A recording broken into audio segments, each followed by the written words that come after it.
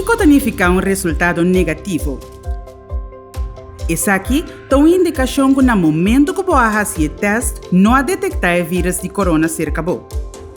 A teste para motivo que você tem sintoma? Provavelmente os sintomas não estão ocasionados por o vírus de corona. Nós aconselhamos para tomar contato com o doutor de casa.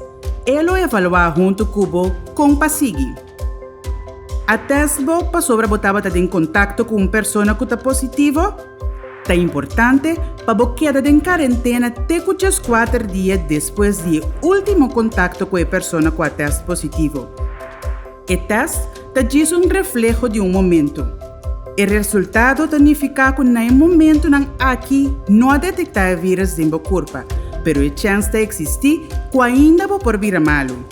Por teste positivo, te 4 dias depois do último contato que você teve com a pessoa infectada. Dor de queda em quarentena, você ajuda a proteger-se na rondodivo.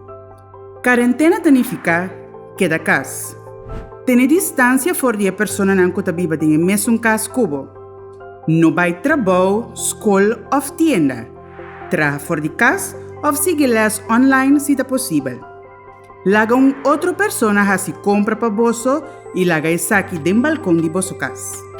Não por receber visita.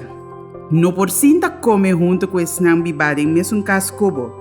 Não dorme junto com outra pessoa. Se acaso você desenvolver sintomas desde 4 dias na cubo em quarentena, melde-se aqui mesma hora telefonicamente cerca do doutor de casa.